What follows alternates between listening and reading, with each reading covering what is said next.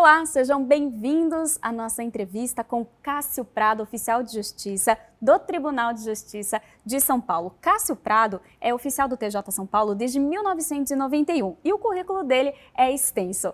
Vou ler aqui. É formado em Direito pela Faculdade de Direito de Araçatuba e pós-graduado em Processo Civil pela Escola Paulista da Magistratura.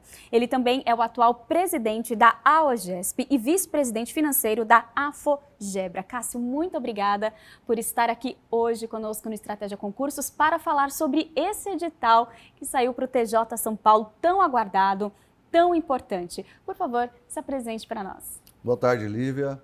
Obrigado pela oportunidade de estar aqui na Estratégia Concursos para falarmos um pouco sobre a função do oficial de justiça, né?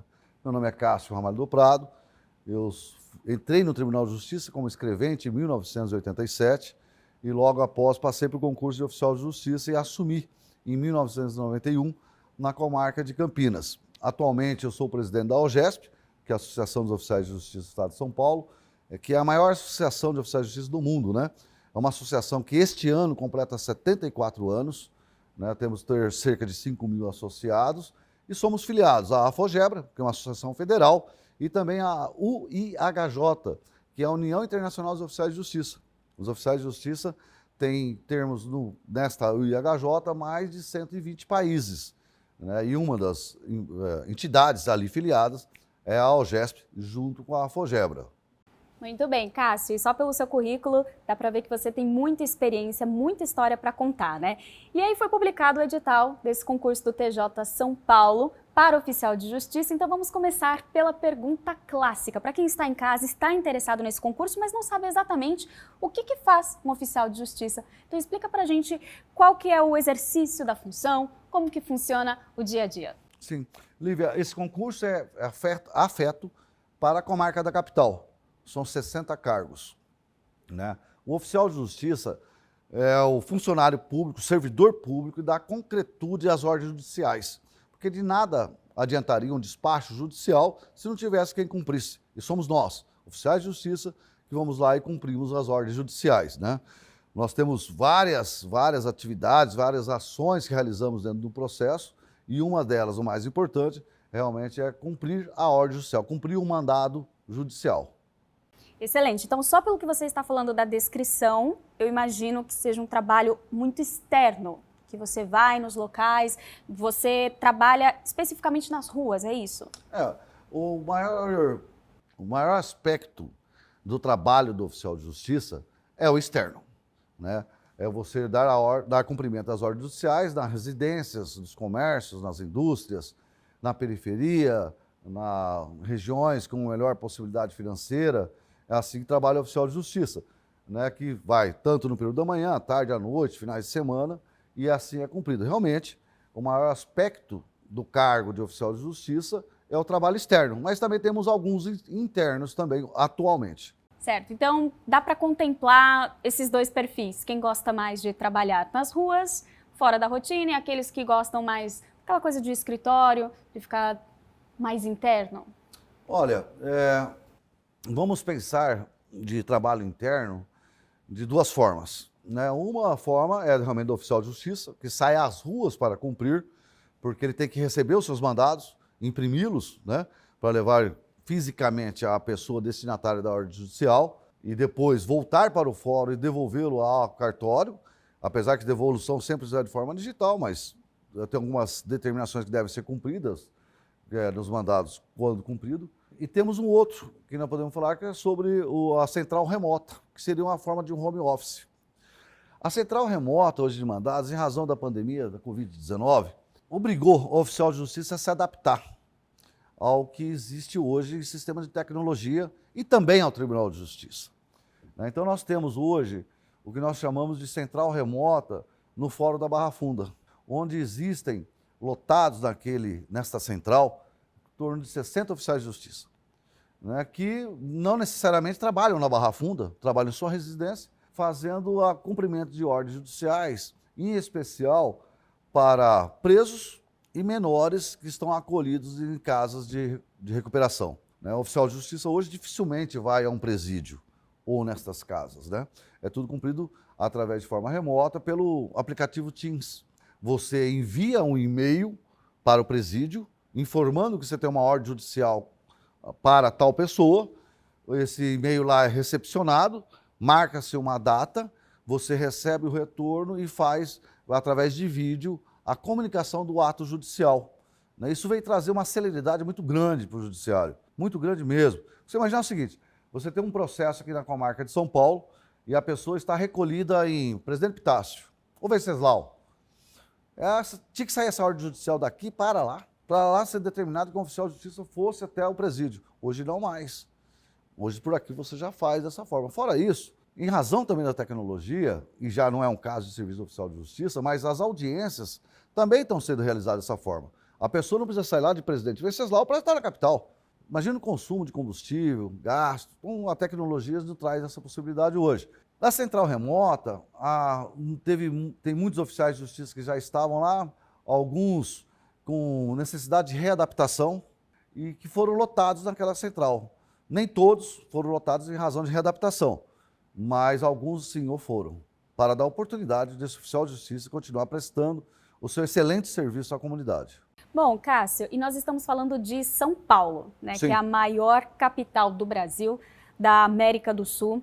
Então, é um mundo à parte, São Paulo, né? E os candidatos que vão prestar esse concurso têm que ter em mente que esse edital é para a comarca da capital, primeira região administrativa judiciária. Você pode explicar para a gente o que são essas comarcas e como que funciona, né, isso dentro do estado de São Paulo, essa divisão, essa organização do judiciário? Sim. O estado de São Paulo possui 644 municípios, onde cada município que tem uma sede do Tribunal de Justiça é chamado de comarca, né? Por exemplo, Campinas é comarca, Birigui é comarca, mas tem uma cidade próxima lá que chama Santópolis do Aguapeí. Ela não é comarca, ela é município. E que a competência judicial de Birigui está sobre essa cidade. Então, todos aqueles problemas sociais que ela resolve são resolvidas na comarca de Birigui. Então, a competência jurisdicional do juiz vai até lá, não fica somente em Birigui. Fora isso, nós temos o chamado circunscrição judiciária, que é onde se junta-se 4, 5 cidades através de uma autoridade somente, para os plantões judiciais de final de semana. E ainda, expandindo um pouco mais, nós temos as RAJ, que é regiões administrativas judiciárias. Nós em São Paulo nós temos 10 RAJ, no estado de São Paulo. Na capital, é um caso sui generis. São Paulo não dá para comparar com nada. Dá para comparar com Campinas, Birigui, Sorocaba, Ribeirão Preto, porque é sui generis, com as suas dificuldades, também como as dificuldades dos outros comarcas. Mas na São Paulo nós temos uma situação diferente. Nós não temos somente um fórum, nós temos 10 fóruns regionais. Vila Prudente, Butantã, Santo Amaro, Jabaquara, Itaquera, São Miguel Paulista, 10 fóruns regionais. Além dos fóruns regionais, nós temos fóruns especializados, que seria o João Mendes Júnior, o ministro Mário Guimarães, que nós chamamos popularmente de Barra Funda, nós temos a Vara da Infância e Juventude, no Brás, nós temos Pequenas Causas, em Vergueiro, nós temos a Fazenda Pública, o Eli Lopes Meireles, ali no Viaduto Maria Paula, e alguns outros que são especializados. Então, só na comarca da capital, você tem 16 locais que você pode vir a trabalhar, né? Sim, e qual que é o quadro atual de servidores, de oficiais de justiça da capital? Qual que é a demanda? Existe uma demanda real aqui para a capital? Bom, vamos falar uma demanda estadual primeiro, né? Nós temos hoje em torno de 3.400 oficiais de justiça em atividade. Nós não temos concurso há cerca de 16 anos. Nós temos 5.000 cargos vagos. Na comarca da capital nós temos 800 oficiais de justiça. Tranquilamente caberia mais 600 no mínimo. Vimos que abriu um concurso para 60 cargos, pouco, mas é um primeiro passo. E nós esperamos que dentro da possibilidade orçamentária do Tribunal de Justiça venha a nomear pelo menos mais 200 para nós ali na comarca da capital, para dar um desafogo aos oficiais de justiça. Porque nós percebemos, Lívia, que o Tribunal de Justiça está entrando num colapso. Eu vou contar um dado para você. Nós somos uma classe envelhecida. Até o final deste ano, de 2024, do cargo de 3.400 oficiais de justiça, 2.000 vão ter condições de se aposentar. Uau! Não que vão se aposentar, mas terão condições de se aposentar. Estão no direito. Exato. Então, esse é o receio que a associação tem em trazer esse colapso, não para o tribunal, para a sociedade, que além de estarmos ali vinculados a um tribunal de justiça, nós somos servidores públicos, né? Nós servimos à sociedade. Então o perigo é o colapso para a sociedade. E quando você fala, né, desse serviço para a sociedade, você tem histórias memoráveis para compartilhar aqui conosco do exercício da sua profissão, coisas que te marcaram, que você sempre relembra, que você acha interessante contar para a gente? São situações que esses futuros servidores, esse pessoal novo que está chegando, também vai enfrentar? Cada vez mais, né, o exercício do direito tem se tornado muito premente dentro da sociedade. Né? Eu vivi vários momentos na minha vida como oficial de justiça, um cargo que eu tenho orgulho, tá, de ser oficial de justiça, porque eu dou a oportunidade da pessoa se defender. Eu vou lá, retiro um agressor que está contra uma mulher, em defesa contra seus filhos, retiro menores de locais em que estão sendo, infelizmente, abusados, né? E também tem os momentos mais difíceis, como despejo e assim por diante. Teve um fato, por exemplo, em Campinas recentemente, não participei diretamente, mas o oficial de justiça foi retirar uma criança que o pai e a mãe, companheira do pai, melhor dizendo, deixava a criança dentro de uma caixa d'água, porque a criança cometia alguma traquinagem, então como castigo deixava lá. E passava 2, 3 dias a criança lá dentro.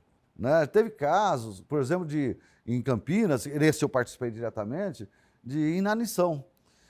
A criança estava há mais de 7 dias sem alimentar, né? E era uma criança de 2 anos de idade. Neste caso, a gente via que não era nem, entre as maldades do pai. O pai estava sem trabalho, sem emprego, não via uma dificuldade e deixou a criança lá durante uma semana.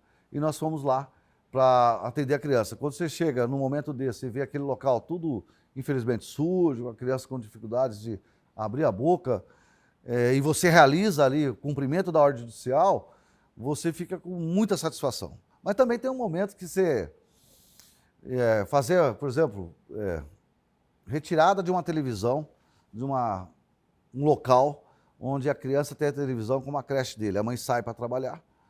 Infelizmente, é uma realidade, né? O Estado não dá condições para que essa mãe coloque essa criança na creche, e ela tem que deixar em casa. E ela liga a televisão e a criança fica assistindo. E você vai lá ter que penhorar e remover esse bem. Você deixar as crianças sem nada, né, praticamente. Então tem momentos difíceis, sim. Mas tem momentos também memoráveis, né? Como eu digo, na época da Covid, né? Quando nós tivemos a oportunidade de trabalhar, e nesta época morreram 112 oficiais de justiça, porque nós éramos linha de frente, assim como bombeiros, enfermeiros, médicos, oficiais de justiça, não pararam de trabalhar, trabalharam sempre, todo momento. Quando nós levávamos para uma ordem judicial para que uma pessoa com Covid tivesse um leito, isso nos trazia muita felicidade. Quando nós pegávamos um cilindro de oxigênio, apreensão para levar para o hospital, poxa, isso era uma maravilha. O oficial de justiça, durante a Covid, trabalhou sem parar, né? O Tribunal de Justiça não parou, o oficial de justiça não para também. E desde 1991 também você viu muitas transformações, né? Tecnológicas. Você acredita que a pandemia foi o maior impulso de transformação dentro da sua profissão? A pandemia foi o maior acelerador. Não há dúvida quanto a isso. Não há dúvida quanto a isso. Em diversos quesitos. Em tudo. Porque você, por exemplo, quando eu entrei no fórum, nós certificávamos os mandados, né? Quando a certidão é o relato do oficial de justiça no cumprimento do mandado. É um dos atos mais importantes do oficial de justiça. Uma certidão você modifica um processo. Então você certificava à mão. Você estava, por exemplo, no consultório dentário, você lá certificava. Ou você chegava no fórum e datilografava. Depois vieram os carimbos. Hoje não. Hoje é sistema. Você recebe os mandados pelo sistema, devolve pelo sistema, certifica no sistema. E nós sabemos, nesse mundo tecnológico, que é sistema, né? Nós somos escravos do sistema. Tem dia que ele vai bem, né? Mas tem dia que ele picota o dia inteiro. Então, também cria-se uma certa dificuldade. Eu falo que eu sou um privilegiado, porque eu vi o carro de boi até o avião supersônico, né? Até o avião a jato, né? Até voei já. Você vê a coisa, é um privilégio para a minha geração. A transformação foi grande. E a pandemia trouxe essa aceleração e foi muito rápido. Nós, por exemplo, como eu disse, hoje fazemos muitas comunicações através de meios eletrônicos, né? Por aperfeiçoamento legislativo e aceitação também pelo CNJ, né? Uma comunicação judicial que você tinha para fazer, por exemplo, uma pessoa que está nos Estados Unidos, que era através de uma carta rogatória, hoje há uma possibilidade, desde que haja todos os requisitos estejam preenchidos, que você faça por meio eletrônico, né? Essa pessoa já seja informada e essa venha a realizar uma audiência, assim por diante. Então, a pandemia foi um acelerador e trouxe celeridade processual, mas basta saber usar os meios dela dentro dos requisitos legais. Certo, e essa é uma pergunta que eu faço, que a gente recebe de muitos alunos, estudantes, sobre a questão do trabalho remoto, home office. Eu sei que você falou anteriormente, mas, por exemplo, o candidato ele entrou para o TJ São Paulo, foi aprovado. Depois de quanto tempo? Existe um tempo em que ele precisa estar presencial para depois ser deslocado para algo remoto? Existe essa regra dentro do tribunal? Não, não existe essa previsão, né? Como eu disse, nós estamos há 16 anos sem concurso, né?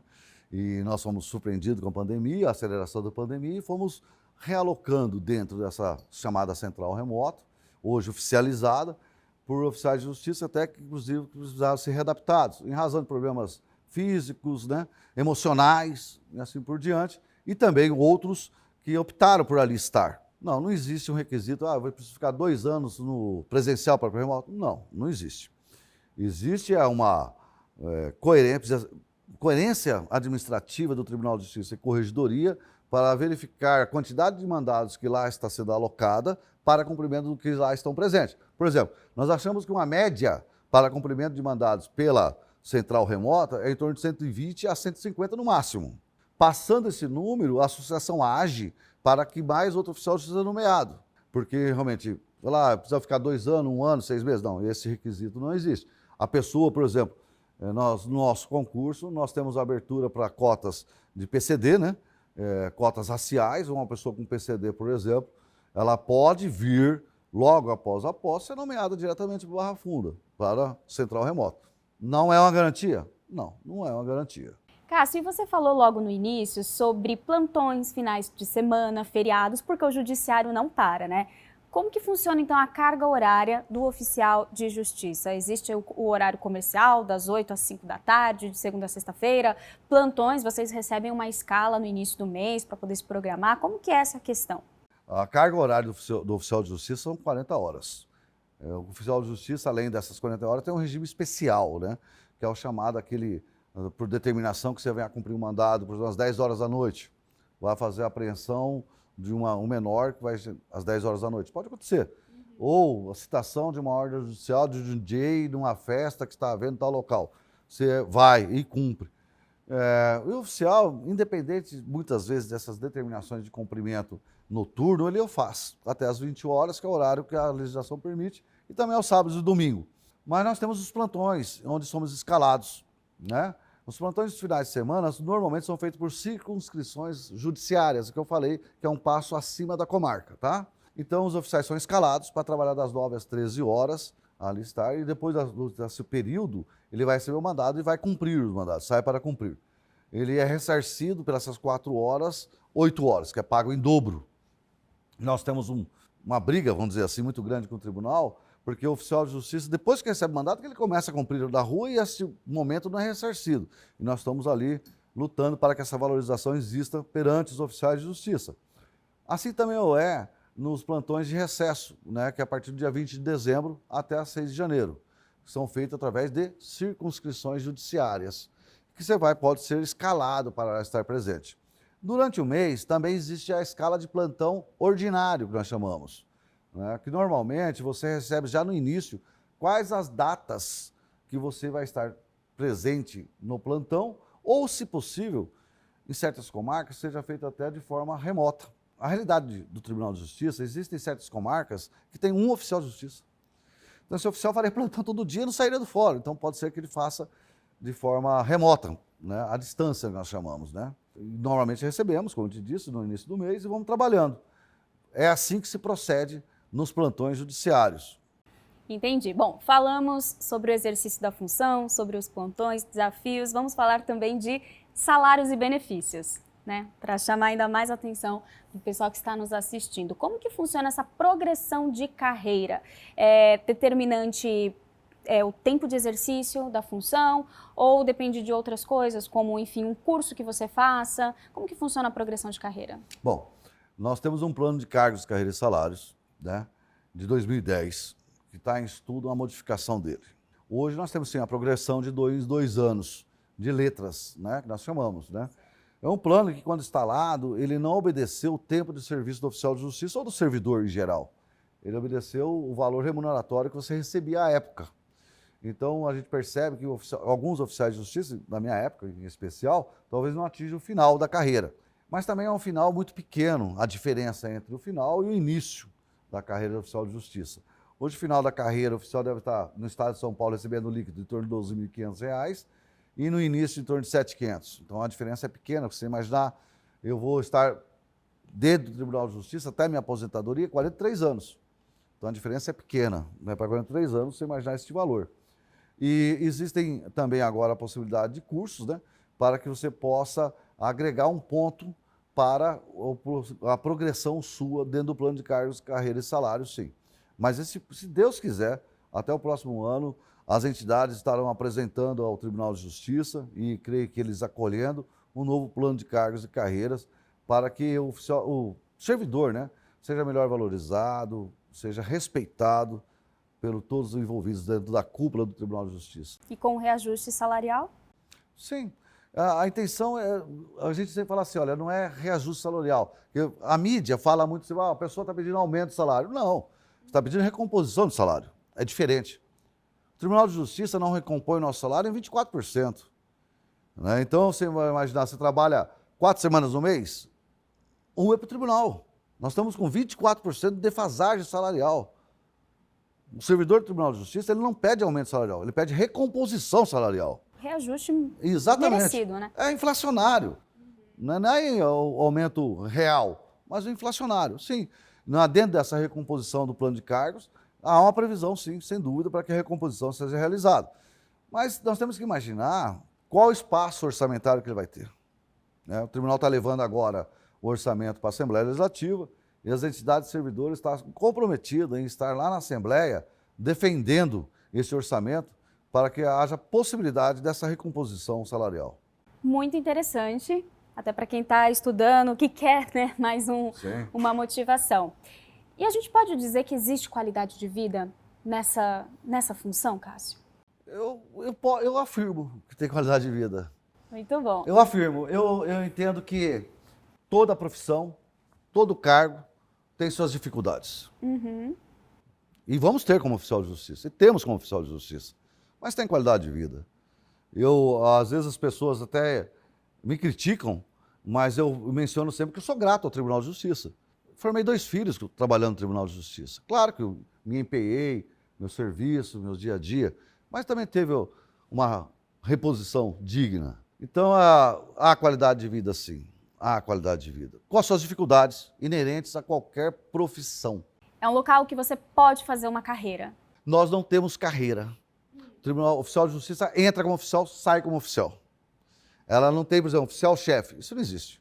Ah, Tá? A central de mandados, que é um local onde os oficiais recebem os mandados, vamos imaginar de forma virtual, ela é coordenada por um escrevente.